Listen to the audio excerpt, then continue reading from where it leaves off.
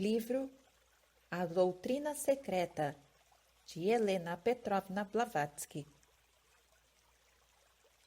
Terceira instância. Título: O Despertar do Cosmos. Item número 1. A última vibração da sétima eternidade palpita através do infinito. A mãe intumesce e se expande de dentro para fora, como o botão de lótus. Observação dos comentários da letra A. O emprego aparentemente paradoxal da expressão sétima eternidade, dividindo-se assim o que é indivisível, está consagrado na filosofia esotérica. Esta divide a duração sem limites em tempo incondicionado, eterno e universal, kala, e em tempo condicionado, khandakala. Um é a abstração ou número do tempo infinito. O outro, o seu fenômeno, que aparece periodicamente como efeito de Mahat, a inteligência universal, limitada pela duração mavantárica.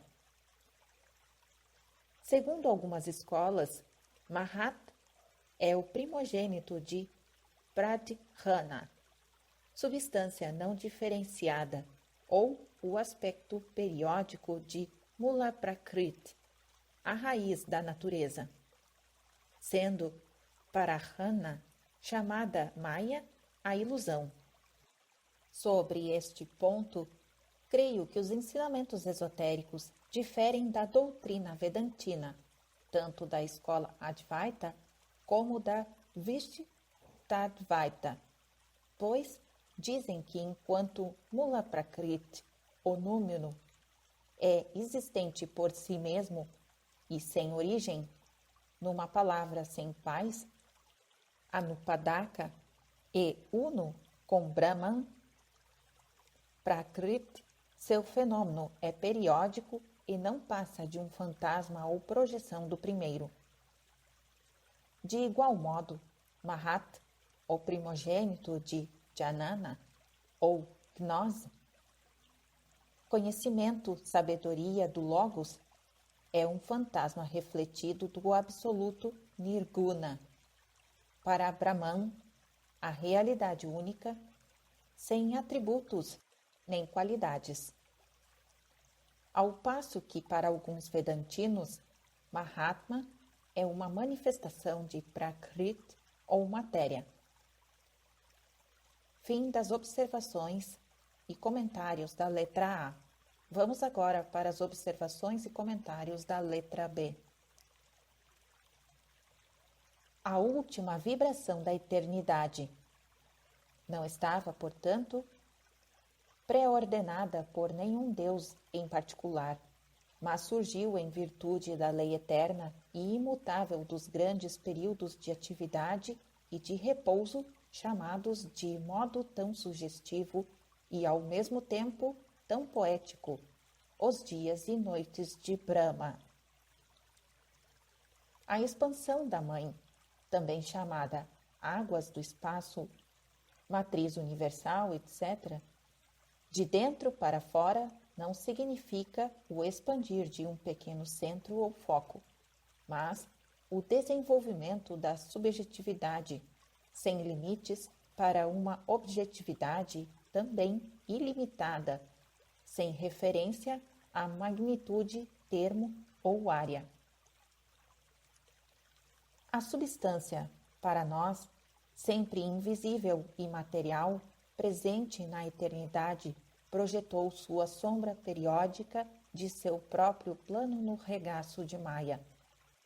Quer isso dizer que, não sendo tal expansão um aumento de magnitude, porque a extensão infinita não admite nenhum aumento, era uma mudança de estado. A mãe expande-se como o botão de lótus, porque a planta do lótus não só existe em miniatura na semente uma de suas características físicas, mas o seu protótipo se acha presente como uma forma ideal na luz astral, desde a aurora até a noite, durante o período mavantárico. O que acontece, aliás, com todas as coisas neste universo objetivo, do homem ao verme, da árvore gigante à mais pequenina folha de erva. Tudo isso, conforme nos ensina a ciência oculta, é somente o reflexo temporário, a sombra do eterno protótipo ideal que existe no pensamento divino. E observe que a palavra eternidade não tem aqui outro sentido que não o de evo, isto é, o de um período que parece não ter fim, mas que é limitado o ciclo de atividade chamado Mavantara. Qual é o significado real e esotérico do vocábulo Mavantara ou, antes, Manu Antara? Quer dizer, literalmente, entre dois Manus. E há 14 Manus em cada dia de Brahma, consistindo cada dia em 1000 agrupamentos de 4 idades, 1000 grandes idades ou Mahayugas. Analisemos agora a palavra Manu. Diz o orientalista em seus dicionários que o nome Manu vem da raiz man, pensar, e daí o homem pensador. Mas, esotericamente, cada Manu, como tipo antropomorfizado de seu ciclo especial ou Honda, é tão somente a ideia personificada do pensamento divino como o Pimandro hermético, sendo, portanto, cada um dos Manus o Deus especial, o Criador e Formador de tudo quanto aparece no decorrer de seu próprio ciclo ou Mavantara.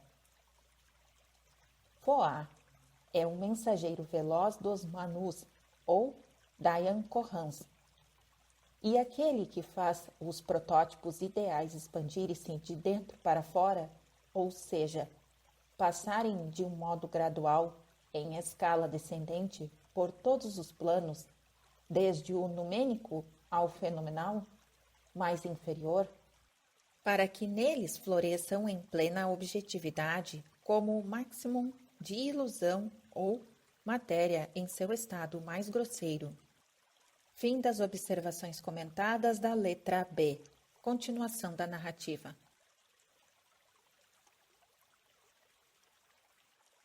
Terceira instância, item número 2. A vibração se propaga e suas velozes asas tocam o universo inteiro e o germe que mora nas trevas. Observação número 1. A autora diz que é simultaneamente. Continuação da narrativa. As trevas que sopram sobre as adormecidas águas da vida. Observação número 2. Aqui, a autora diz que se movem. Continuação da narrativa. Da mônada pitagórica se diz também que habita a solidão e as trevas, como o germe. A ideia de sopro das trevas que se move sobre as águas adormecidas da vida, a matéria primordial, com o espírito em estado latente, recorda o primeiro capítulo de Gênesis. Sua origem é o Narayana Brahmânico, aquele que move as águas, personificação do eterno alento, do todo inconsciente, ou Parabrahman, dos ocultistas orientais. As águas da vida, ou o caos, o princípio feminino e o simbolismo, são o vácuo, para nossa visão mental, em que jazem o espírito latente e a matéria. Foi o que levou Demócrito a dizer, segundo o seu preceptor, Leucipo, que os princípios ou elementos primordiais de tudo eram átomos e um vácuo, no sentido de espaço. Não, porém, um espaço vazio, pois a natureza tem terror de vácuo, conforme os princípios dos peripatéticos e dos filósofos antigos em geral. Em todas as cosmogonias, a água desempenha o mesmo papel importante. É a base e a fonte da existência material.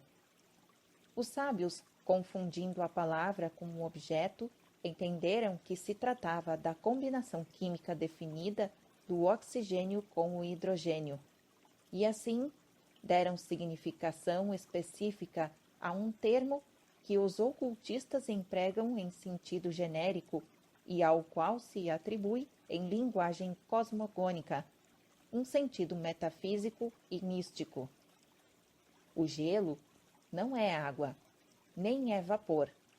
No entanto, possuem os três precisamente a mesma composição química.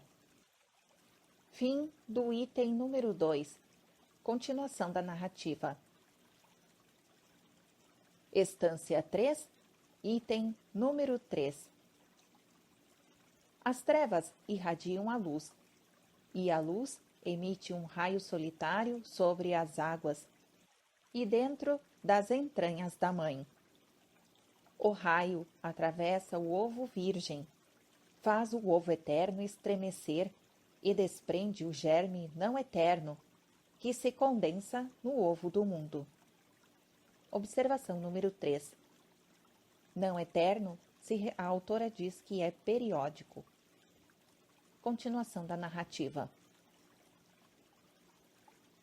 O raio solitário, que penetra nas entranhas da mãe, pode ser interpretado como o pensamento divino ou a inteligência que fecunda o caos. Isso se passa no plano da abstração metafísica, ou melhor, naquele plano onde o que chamamos abstração metafísica é uma realidade. O ovo virgem, sendo em certo sentido o ovário abstrato ou o poder de desenvolvimento pela fecundação, é eterno e sempre o mesmo. E do mesmo modo que a fecundação de um ovo se dá antes de ser posto, assim o germe periódico, não eterno, que depois veio a ser, simbolicamente, o ovo do mundo, contém em si, quando emerge deste símbolo, a promessa e a potência de um todo universo. Se bem que a ideia per se represente naturalmente uma abstração, uma maneira simbólica de expressão. É um símbolo verdadeiro, porque sugere a ideia do infinito como um círculo ilimitado. Apresenta ante a imaginação um quadro do cosmos surgindo no espaço sem limites, um universo sem fronteiras em sua extensão, embora não se limites em sua manifestação objetiva. O símbolo de um ovo exprime também aquele ensinamento oculto de que a forma primordial de cada coisa manifestada, desde o átomo ao planeta, desde o homem ao anjo, é esferoidal, sendo a esfera em todas as nações o símbolo da eternidade do infinito, uma serpente que morde a própria cauda. Para compreender, porém, a sua significação, é preciso representar a esfera tal como deve ser vista de seu centro. O campo de visão e de pensamento assemelha-se a uma esfera, cujos raios avançam em todas as direções e se estendem pelo espaço ao nosso redor, abrindo-nos perspectivas ilimitadas. É o círculo simbólico de Pascal e das cabalistas, cujo centro está em toda a parte e a circunferência em parte alguma. Conceito que se ajusta à ideia complexa deste emblema. O ovo do mundo é talvez um dos símbolos mais universalmente adotados e altamente sugestivo, tanto no sentido espiritual como no sentido filosófico ou cosmológico. Encontra-se, por isso, em todas as teogonias do mundo, quase sempre associado ao símbolo da serpente, que existe por toda parte, nas filosofias como nas religiões. Um emblema da eternidade, do infinito, de regeneração e de revogação e de rejuvenescimento, assim como de sabedoria.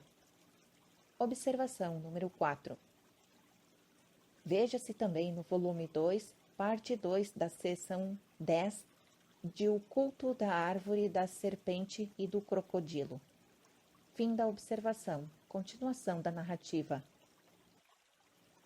O mistério de autogeração aparente e da evolução, por meio de seu próprio poder criador, repentino em miniatura no ovo, o processo da evolução cósmica, ambos os processos devidos ao calor e à umidade vitalizados pela irradiação do Espírito Criador invisível, justifica plenamente a eleição de símbolo tão expressivo.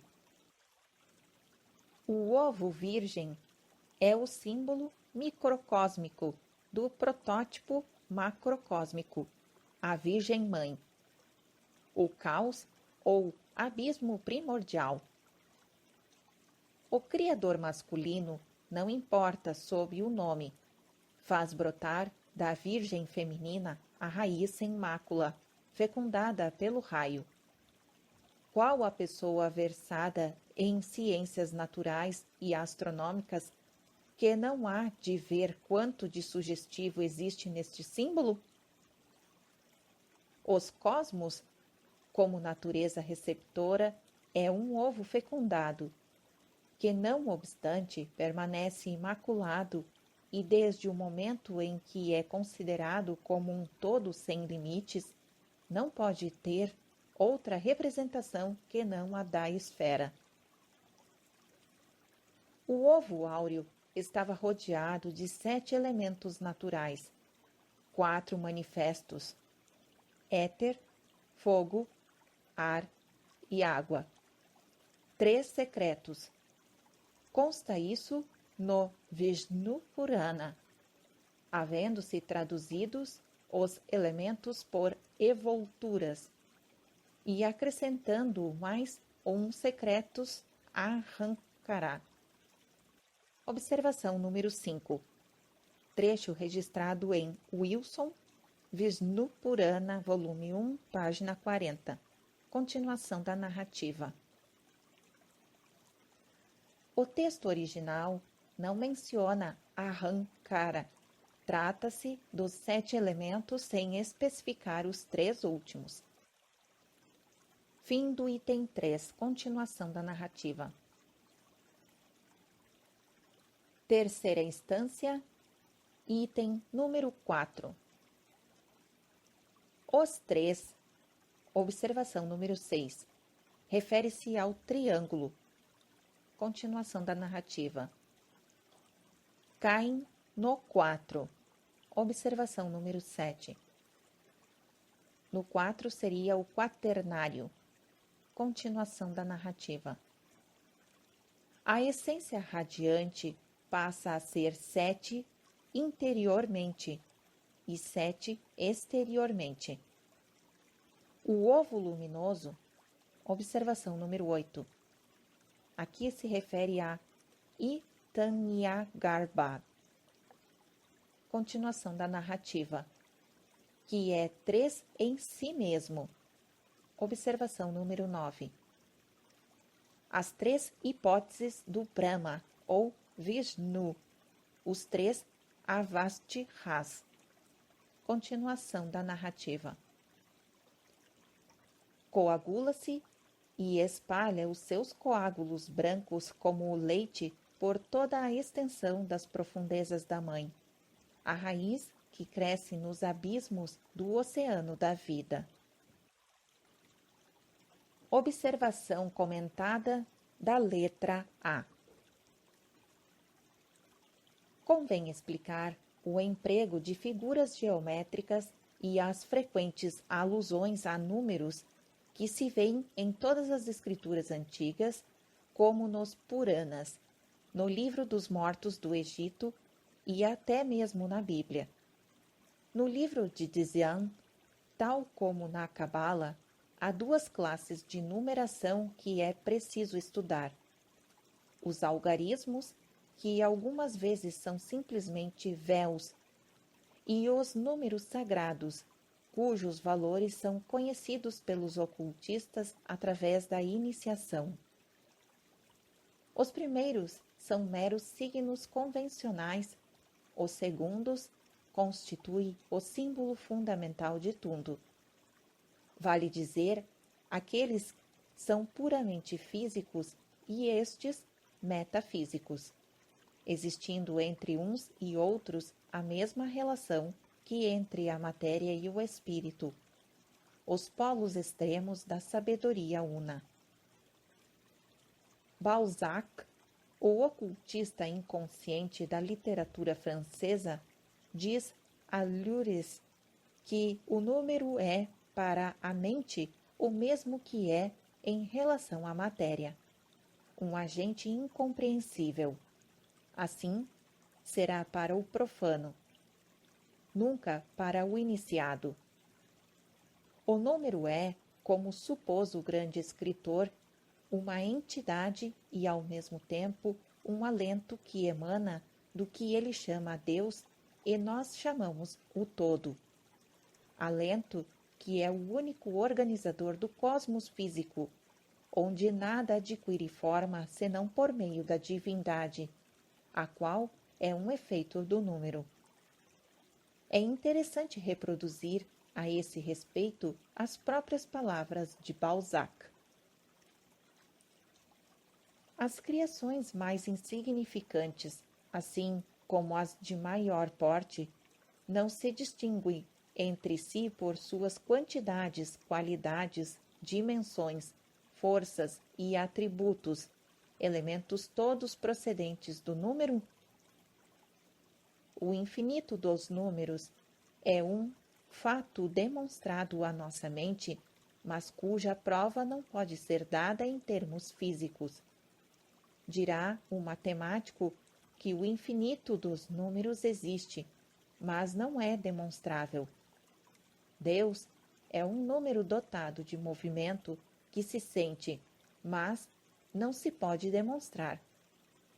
Como unidade, dá começo aos números, mas nada tem de comum com eles. A existência do número depende da unidade, que, sem um só número, engendra a todos, pois que, incapaz de medir a primeira abstração que a divindade te apresenta, ou de somente compreendê-la, esperas ainda sujeitar às tuas medidas o mistério das ciências secretas que emana dessa mesma divindade? E que sentirias tu se eu te sumisse nos abismos do movimento, na força que organiza os números? Que pensarias se te acrescentasse que o movimento e o número são gerados pelo Verbo, a raiz suprema dos videntes e dos profetas, que nos tempos antigos sentiram o sopro poderoso de Deus, como o testemunha o Apocalipse? Observação número 10. O número sim, mas nunca o movimento. É o movimento que dá origem ao Logos, o verbo em ocultismo. Continuação da narrativa. Fim da observação da letra A comentada. Vamos agora escutar as observações da letra B. A essência radiante coagula-se e difunde-se através dos abismos do espaço. De um ponto de vista astronômico, é fácil a explicação. É a Via Láctea, o material de que é feito o mundo, a matéria primordial em sua forma incipiente. Mais difícil, porém, é explicá-lo em poucas palavras à luz da ciência oculta e da simbologia, porque se trata do mais complicado dos emblemas. Nele, se contendo mais do que uma dúzia de símbolos. Para começar, encerra todo o panteão das coisas misteriosas, cada uma das quais possuindo uma significação oculta definida, extraída da alegoria hindu da malaxação do oceano pelos deuses. Observação número 11. As 14 coisas preciosas. A narrativa ou alegoria consta no Shatapatha Brahmana e de outras obras. A ciência secreta japonesa dos místicos budistas, o Yamabushi, tem 7 coisas preciosas. Voltaremos ao assunto mais adiante. Fim da observação número 11. Continuação da narrativa. Assim, é deste mar de leite que procedem a Amrita, a água da vida ou a imortalidade, a Surabhi, a vaca da abundância, chamada a fonte do leite e dos coágulos. Daí o culto universal da vaca e do touro, especificando uma o poder produtor e o outro o poder gerador na natureza, símbolos relacionados com as divindades solares e cósmicas. Como as propriedades específicas para o uso oculto das 14 coisas preciosas são explicadas unicamente na 4ª iniciação, não podem ser expostas aqui. Contudo, podemos adiantar o seguinte. Está dito no Shatapatha Brahmana que a malaxação do oceano de leite se deu no Satya Yuga, o primeiro período que se seguiu imediatamente ao dilúvio. Mas como nem o Rig Veda, nem o Manu, ambos anteriores ao dilúvio de Vaisvavata, ou seja, o que aniquilou a maioria da 4ª raça, fazem referência a esse dilúvio, é evidente que não é nem o grande dilúvio, nem o que destruiu a Atlântida, nem mesmo o de Noé, aquele que ali se menciona. Aquela malaxação diz respeito a um período anterior à formação da Terra e se relaciona diretamente com outra lenda universal, cujas várias e contraditórias versões tiveram sua expressão máxima no dogma cristão da guerra nos céus e da queda dos anjos. Observação número 12. Veja-se isso no volume 2, parte 2, seção 11, de Deuses e Demônios Inversos, volume 4, parte 2, seção 4, de O Mito dos Anjos Caídos e seus vários aspectos, e também em O Apocalipse, volume 7. Fim da observação número 12, continuação da narrativa.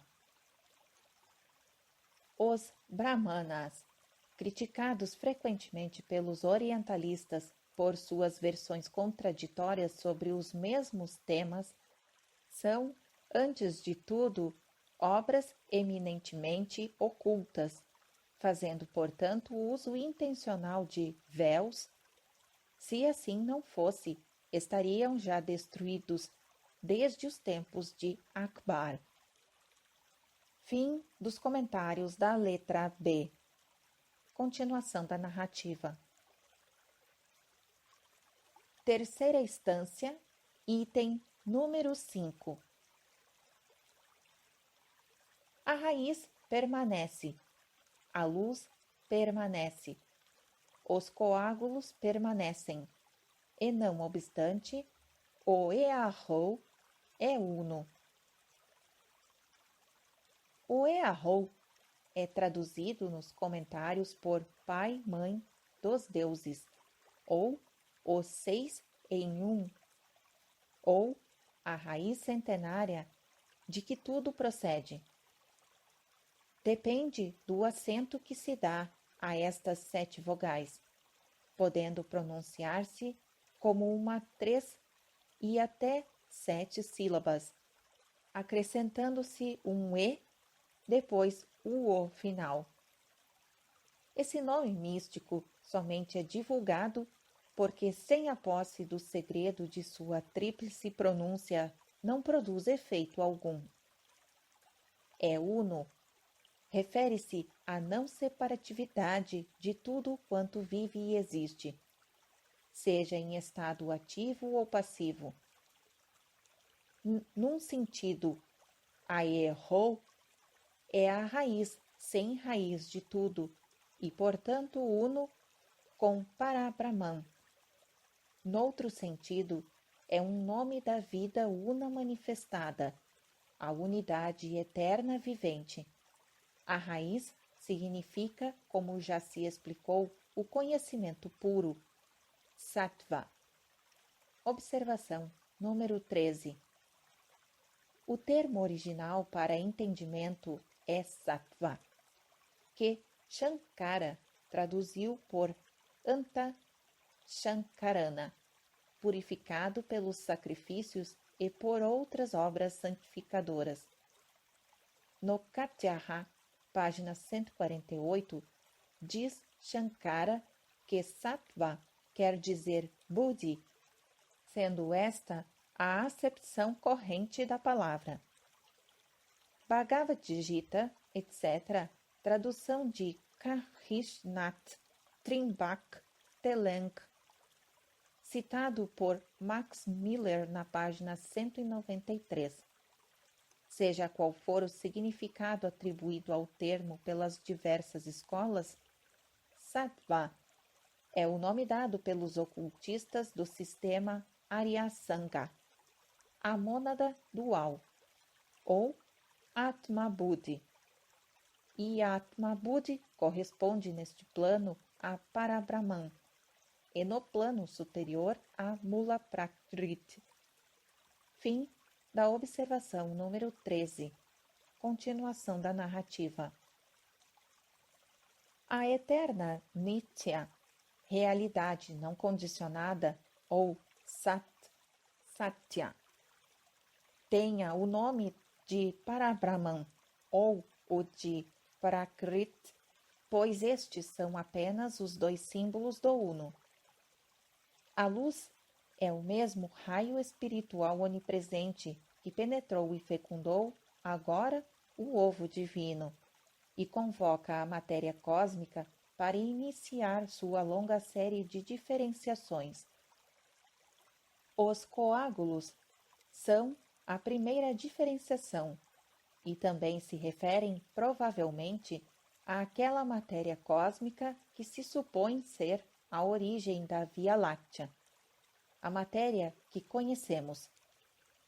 Esta matéria que, segundo a revelação recebida dos primitivos Dhyan Budas, é, durante o sono periódico do universo, de tenuidade a máxima que pode perceber à vista do Bodhisattva perfeito.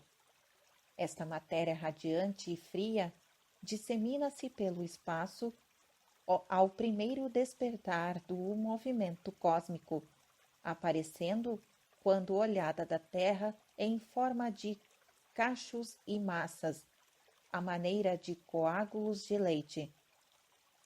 São as sementes dos mundos futuros, o material do universo estelar. Fim do item número 5. Continuação da narrativa. Terceira instância, item número 6. A raiz da vida estava em cada gota do oceano da imortalidade. Observação número 14. Amrita. Continuação. E o oceano era luz radiante, que era fogo, calor e movimento. As trevas se desvaneceram e não existiram mais. Sumiram-se em sua própria essência, o corpo de fogo e água do pai e da mãe. Sendo a essência das trevas a luz absoluta, as trevas são consideradas a representação apropriada e alegórica da condição do universo durante o pralaya, ou seja, durante o repouso absoluto ou não ser, tal como aparece a nossa razão finita. O fogo, o calor e o movimento de que se fala aqui não são, por certo, o fogo, o calor e o movimento da ciência física, mas os seus princípios abstratos, os númenos, ou a alma da essência dessas manifestações materiais, as coisas em si, que, segundo confessa a ciência moderna, escapam inteiramente aos processos de investigação com instrumentos de laboratório, e que a mente tão pouco pode compreender, embora tenha que admitir que tais essências existem como substratum das coisas. Fogo e água, pai e mãe. Observação número 15. Veja-se em Kawan Shin Win. Não pode ser dado o nome verdadeiro do texto. Continuação da narrativa. Podem entender-se como significando o raio divino e o caos. O caos ganhando a razão por esta união com o espírito resplandecente de alegria. E assim foi produzido o protógono, a luz primordial, diz um fragmento de Hermes. Damácio o chama diz, o que dispõe de todas as coisas. Observação número 16. Fragmento registrado em Fragmentos Antigos de Corey, página 314. Continuação da narrativa. Segundo os ensinamentos dos Rosa Cruzes, tais como interpretados pelos profanos, e desta vez em parte corretamente, a luz e as trevas são idênticas em si mesmas, sendo separáveis tão só na mente humana. E segundo Roberto Flood, a escuridão se fez iluminar para se tornar visível. Observação número 17. Trecho registrado em O Rosário. Continuação da narrativa.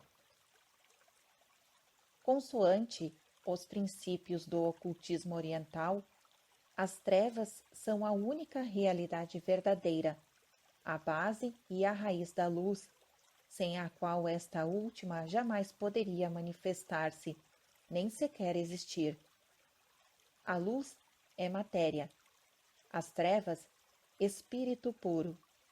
As trevas, em sua base radical e metafísica, são luz subjetiva e absoluta, ao passo que a luz, com todo o seu esplendor e glória aparentes, não passa de um aglomerado de sombras, pois nunca poderá ser eterna, consistindo simplesmente em ilusão ou maia. Até mesmo no Gênesis, observação número 18. Gênesis 1, versículo 2. Continuação. Até mesmo no Gênesis, que tanto confunde a razão e perturba a ciência, a luz é criada das trevas. E havia trevas sobre a face do abismo, e não vice-versa. Ali, nas trevas, estava a vida e a vida era a luz dos homens. Observação número 19. Registrado em João 1, versículo 4. Continuação da narrativa. Dia virá, talvez, em que os homens terão seus olhos abertos e então poderão compreender melhor o versículo do Evangelho de João que diz: E a luz brilhou nas trevas, e as trevas não a compreenderam. Verão que a palavra trevas não se refere à visão espiritual do homem, mas, em verdade, às trevas ao absoluto, que não compreende, não pode conhecer a luz transitória, por mais transcendente que pareça aos olhos humanos. Agora uma frase em latim. Demon est Deus inversus. Tradução: o diabo é o inverso de Deus. A Igreja dá hoje ao diabo o nome de trevas, mas a Bíblia, no livro de Jó, o chama Filho de Deus, a estrela resplandecente da manhã, Lúcifer. Existe todo um sistema filosófico de artifício dogmático na razão pela qual o primeiro arcanjo, que emergiu das profundezas do caos, foi denominado Lux, ou Lúcifer, o filho luminoso da manhã, ou a aurora mavantárica.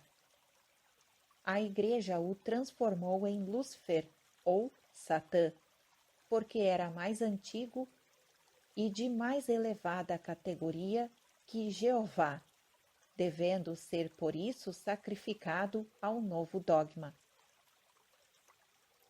Fim do item número 6, continuação da narrativa. Terceira instância, item número 7. Vê, ó Lanu, o radiante filho dos dois, a glória refulgente e sem par, o espaço luminoso, filho do negro espaço que surge das profundezas, das grandes águas sombrias. Observação número 20. Lanu é o aluno, ou um Shela, que estuda esoterismo prático. Continuação da narrativa. É Earro, o mais jovem. Observação número 21. O que tu conheces agora como Kawan Shan Win. Comentário. Continuação da narrativa. Ele brilha como o sol. É o resplandecente dragão divino da sabedoria. O Eka é Shatur. Observação número 22. Eka é um Shatur 4, Tri 3 e Sapta 7. Continuação da narrativa.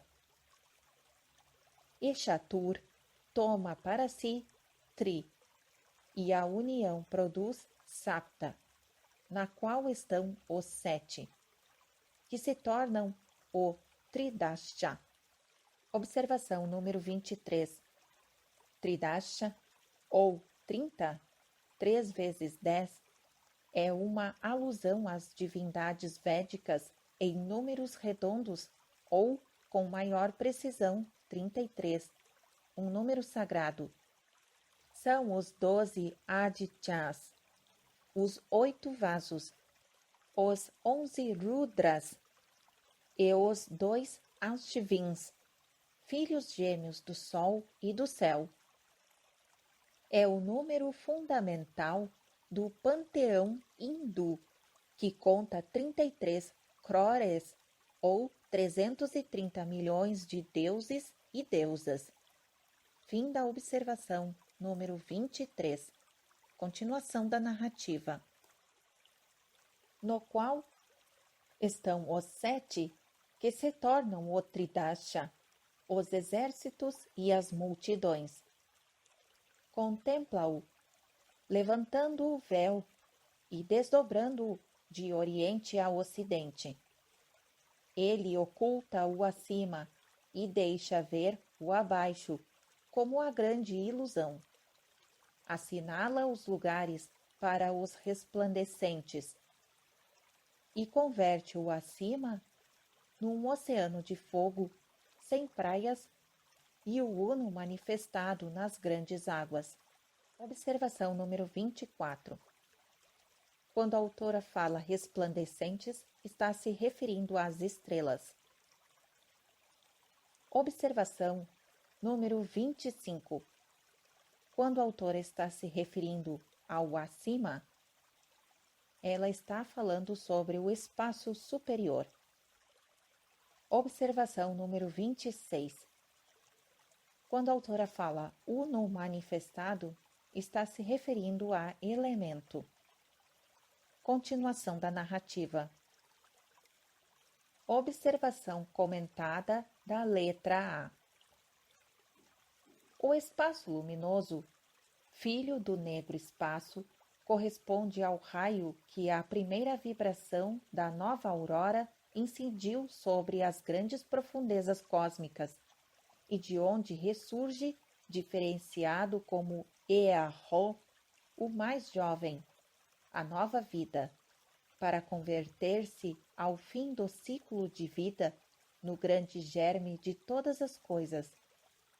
É o homem incorpóreo que traz em si mesmo a ideia divina, o gerador da luz e da vida. Para usar uma expressão de Filon, o judeu. E é chamado o resplandecente dragão de sabedoria, em primeiro lugar, porque é o que os filósofos gregos denominavam logos, o verbo do pensamento divino.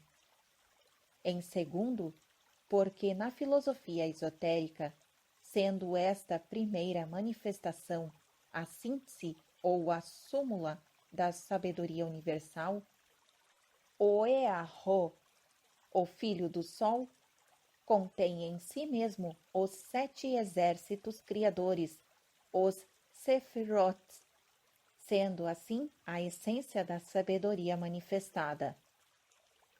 O que se banha na luz de Oearro jamais será enganado pelo véu de Maia. Kan Shan Win é idêntico ao Avalok de Shvara, sânscrito, e como tal uma divindade andrógina, do mesmo modo que Tetragrammaton e todos os logos da antiguidade.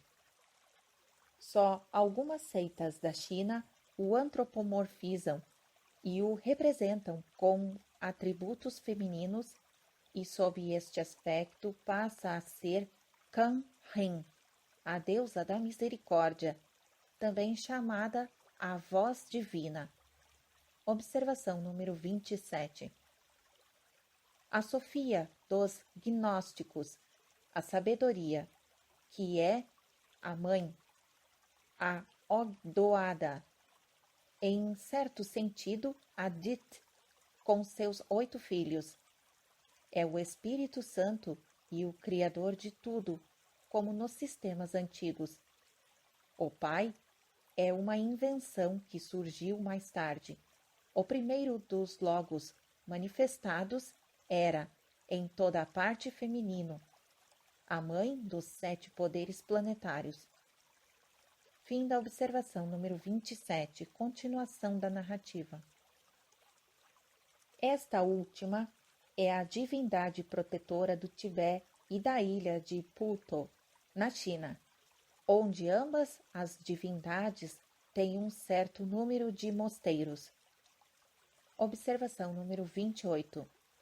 Veja-se em Budismo Chinês, do reverendo Joseph Edkins, que expõe os fatos sempre corretamente, embora sejam frequentes vezes errôneas as suas conclusões. Veja-se no volume 2, parte 2 da seção 15, sobre Cao Han Shan Win e Cao Han Rin. Fim da observação número 28, continuação da narrativa.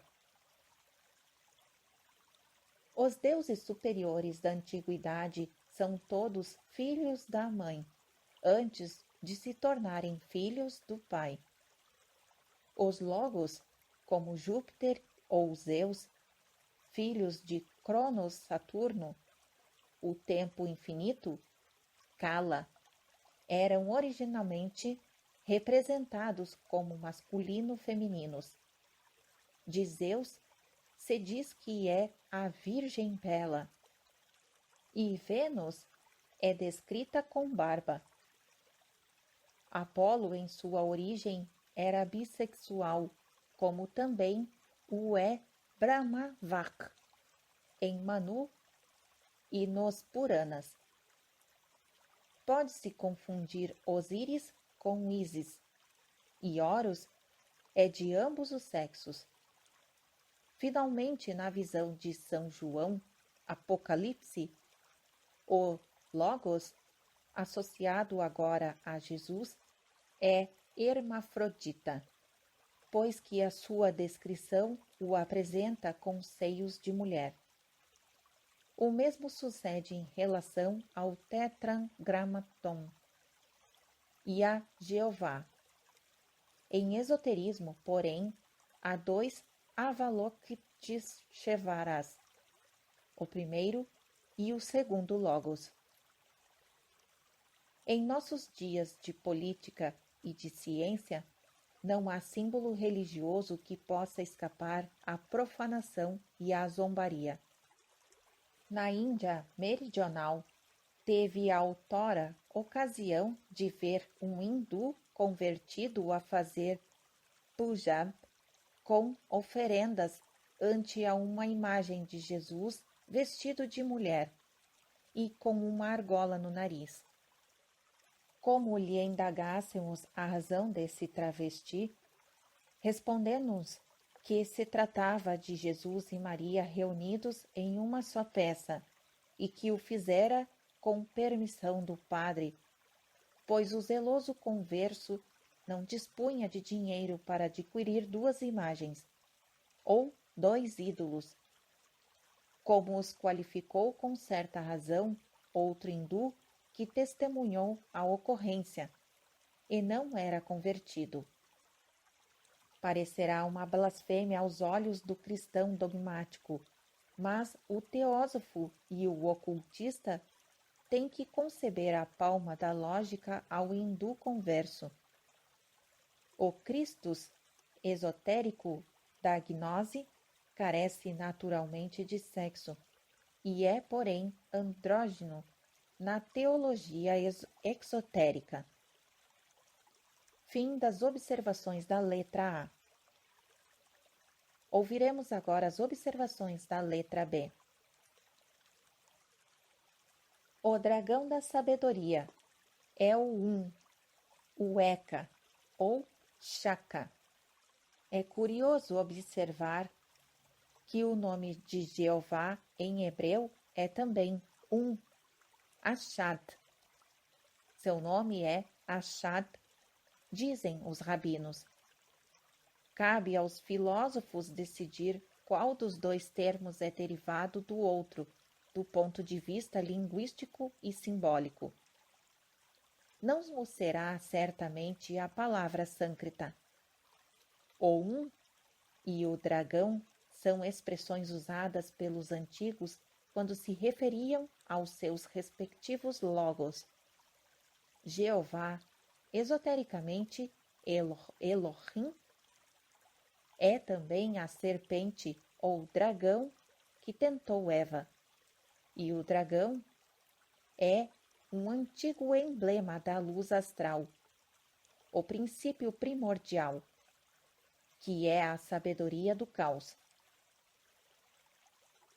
A filosofia arcaica, não reconhecendo nem o bem nem o mal como potência fundamental ou independente, mas apresentando essas duas forças como aspectos da luz pura, que no curso da evolução natural se condensa gradualmente na forma convertendo-se, portanto, na matéria, isto é, no mal, a ignorância dos primeiros padres cristãos desvirtuou a ideia filosófica e altamente científica contida nesse emblema, transformando-a na absurda superstição do diabo.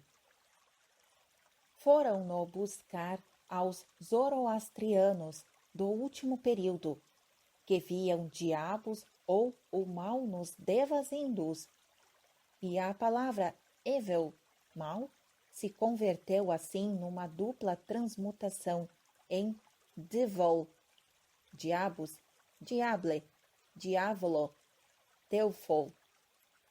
Mas os pagãos sempre deram mostra de discernimento filosófico em seus símbolos.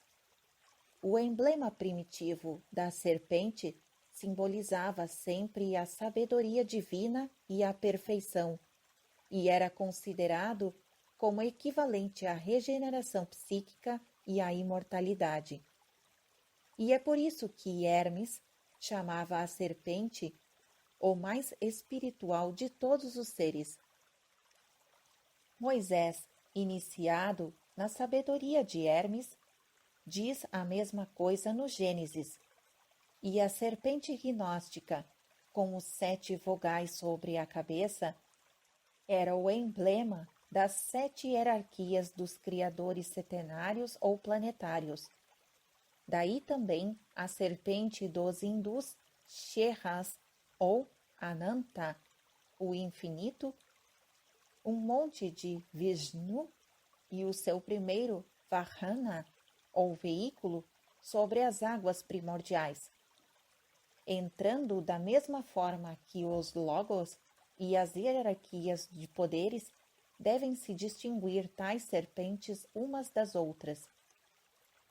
Shesha, ou Ananta, o leito de Vishnu, é uma abstração alegórica simbolizando o tempo infinito no espaço, que contém o germe e dele lança periodicamente a eflorescência, o universo manifestado, ao passo que o Office gnóstico encerra em suas 7 vogais o mesmo simbolismo tríplice do Oerro, de 1, 3 e 7 sílabas da doutrina arcaica, a saber, o primeiro Logos não manifestado, o segundo manifestado, o triângulo que se concretiza no quaternário ou tetragramaton, e os raios deste no plano material.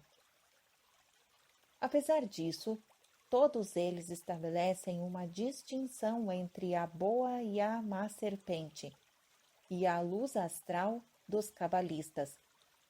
A primeira, a encarnação da sabedoria divina na região do espiritual, e a segunda, o mal no plano da matéria. Porque a luz astral, ou o éter dos antigos pagãos, o nome de luz astral é o de todo moderno, é o espírito matéria que, procedente do plano puramente espiritual, se torna cada vez mais grosseiro à medida que desce até converter-se em Maia, ou a serpente tentadora e enganosa em nosso plano. Jesus admitiu a serpente como sinônimo de sabedoria e em um de seus ensinamentos disse: sede sábios como a serpente. No começo, antes que a mãe se convertesse em pai e mãe, o dragão do fogo se movia sozinho no seio do infinito. Observação número 27. Registrado no livro de Sarparajini. Continuação da narrativa. O Ayateraya Brahmana chama a terra Sarparajini, a rainha serpente, e a mãe de tudo o que se move. Observação número 20. Veja-se também das Kawashitaki Brahmana, texto sânscrito, editado por B. Lindner, PhD, na página 132 da edição de 1897, e no Rig Veda Brahmanas, na tradução de Bharyadala Kate, da página 511, nota número 2, versão de 1920. Continuação da narrativa. Antes de o nosso globo assumir a forma de ovo e também o universo, um longo rastro de poeira cósmica, ou névoa de fogo, se movia e se retorcia como uma serpente no espaço. O Espírito de Deus movendo-se no caos. Foi simbolizado por todos os povos sob a forma de uma serpente de fogo, exalando chama e luz sobre as águas primordiais, até haver incubado a matéria cósmica e fazê-la tomar a forma anular de uma serpente que morde a própria cauda, o que simboliza não somente a eternidade e o infinito, mas também a forma esférica de todos os corpos produzidos no universo daquela névoa de fogo. O universo, a terra e o homem se despojam periodicamente de suas velhas peles para retomar outras novas depois de um período de repouso, como o faz a serpente. Esta imagem da serpente não é, de certo, menos graciosa ou menos poética que a da lagarta e da crisálida, de que surge a borboleta, emblema grego de psique, a alma humana. O dragão era também o símbolo do Logos entre os egípcios, assim como entre os gnósticos. No livro de Hermes, Pimandro, o mais antigo e espiritual dos Logos do continente ocidental, aparece a Hermes sob a forma de um dragão de luz, fogo e chama. Pimandro, a personificação do pensamento divino, diz: a luz sou eu estou em Nous. A mente, ou Manu, eu sou teu Deus. E sou muito mais antigo que o princípio humano que escapa da sombra das trevas, ou a divindade oculta.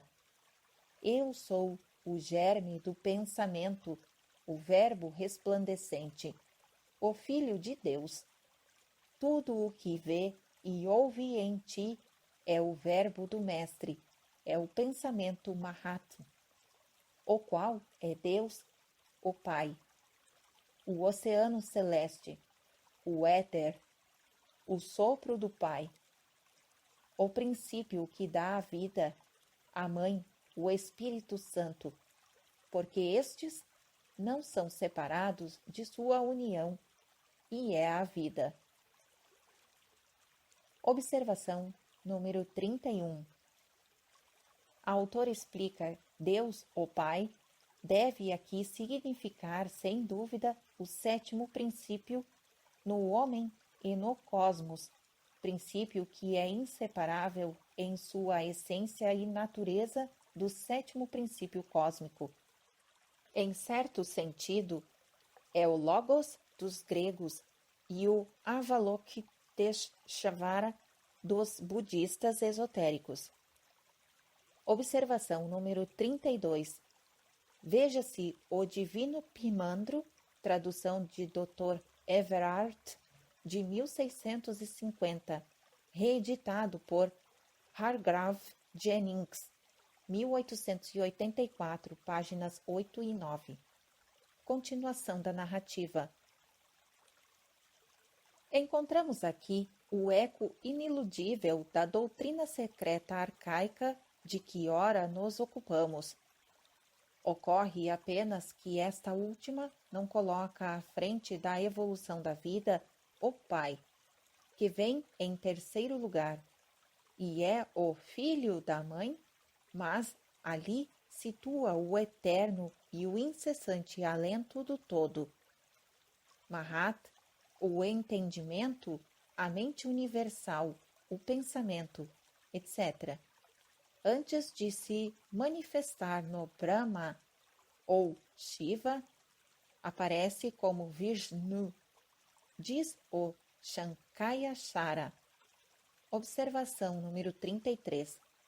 Edição de Fitz-Edward Hall. Na Biblioteca Índica, na página 16. Continuação da narrativa. É por isso que ele tem vários aspectos, tal como o Logos. Mahat é chamado o Senhor na criação primária e, neste sentido, é o conhecimento universal ou pensamento divino. Mas aquele Mahat, que foi o primeiro a surgir, é depois chamado egoísmo, quando nasce como o sentimento do eu. É então o que se chama a segunda criação. Observação número 34. Registrado em Anugita, capítulo 26, tradução de K.T. Talang, página 333. Continuação da narrativa. E o tradutor, um inteligente e culto Brahmane, não um orientalista europeu, esclarece em nota ao pé da página. Isto é, quando Mahat desenvolve o sentimento da consciência em si mesmo, o eu, então recebe o nome de egoísmo, o que, em termos esotéricos, significa que, quando Mahat se transforma no Manas humana, ou ainda no dos deuses finitos, passa a ser Aham-ismo. Observação número 35. Eu-ismo ou egoísmo, do sânscrito Aham, eu. Continuação da narrativa. A razão por que é chamado o Mahat da criação segunda ou da nona, a de Kumura, no Vishnu Purana, será explicada mais adiante. Fim das observações comentadas da letra B. Ouviremos agora as observações comentadas da letra C. O mar de fogo é, portanto, a luz supra-astral, ou seja, numênica, a radiação primeira da raiz Mulam Prakrit, a substância cósmica não diferenciada que se converte em matéria astral. Também se chama a serpente de fogo, como já dissemos. Se se atentar em que não há senão um elemento universal infinito, inato e imperecível, sendo tudo ou mais como o mundo dos fenômenos, tão somente aspectos vários e múltiplos e transformações diferenciadas, chamam-se hoje correlações daquela unidade, desde os produtos do macrocosmo até os do microcosmo, desde os seres supra-humanos aos seres humanos e sub-humanos. Numa palavra, a totalidade da existência objetiva. Então a primeira e maior dificuldade desaparecerá e a cosmologia oculta se fará compreensível. Tanto na teologia egípcia como na indiana havia uma divindade oculta, ou Uno, e um Deus criador andrógeno, Chorro, era o Deus da criação, e Osíris, em sua forma primária e original, o Deus, cujo nome é desconhecido. Observação número 36.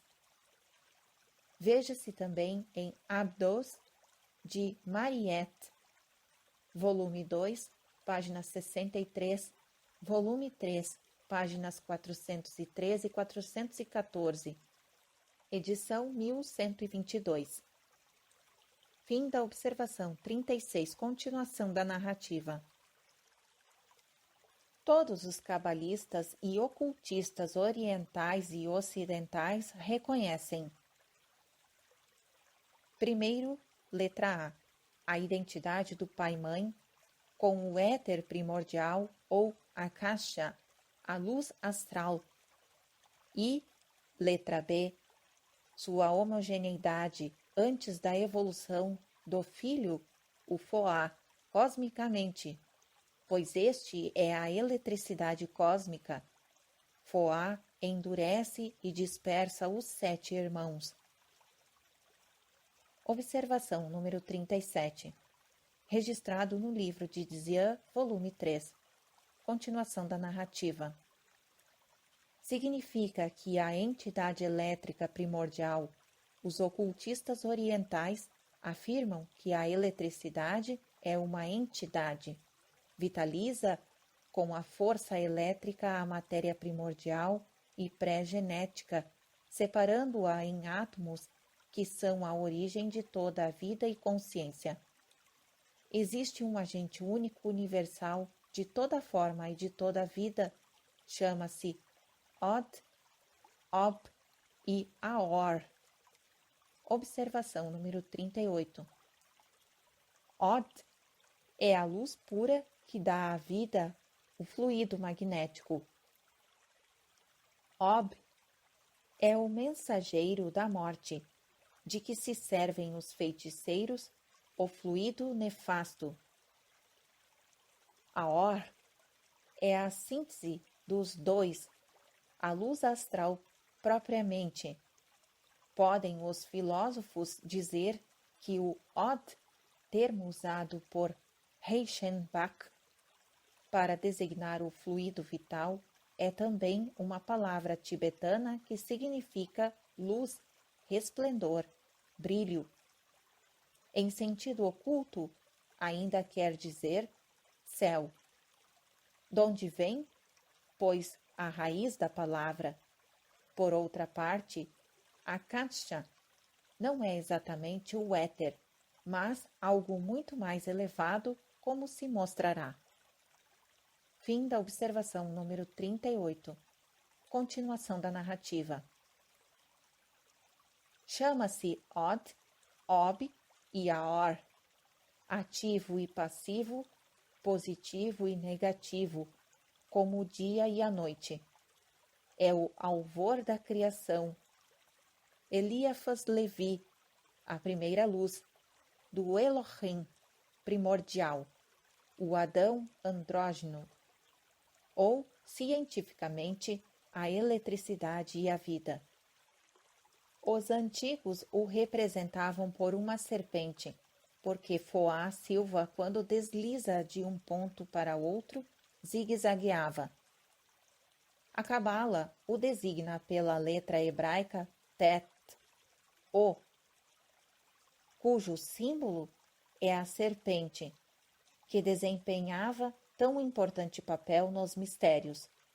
Seu valor universal é 9, porque é a 9ª letra do alfabeto e é a 9ª porta das 50 que dão acesso aos mistérios ocultos do ser.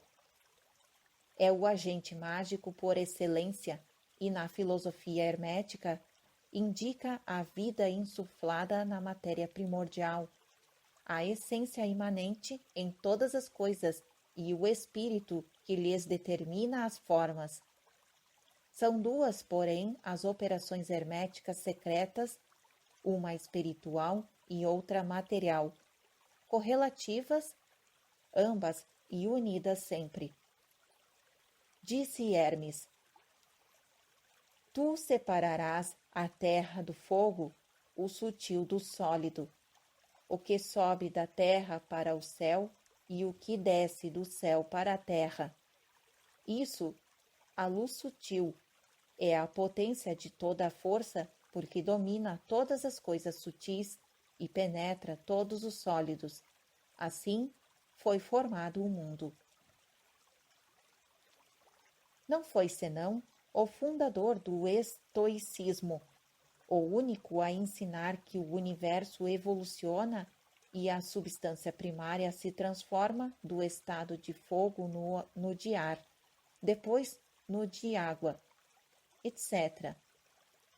Heráclito, de Éfeso, sustentava que o único princípio existente na base de todos os fenômenos da natureza é o fogo. A inteligência que move o universo é o fogo, e o fogo é inteligência. E quando Anaximenes diz a mesma coisa do ar, e Tales de Mileto, 600 a.C., outro tanto da água, a doutrina secreta concilia todos esses filósofos, demonstrando que, embora cada qual esteja com a razão em seu respectivo ponto de vista, nenhum destes sistemas é completo. Fim das observações da letra C. Continuaremos a narração da terceira instância no próximo áudio.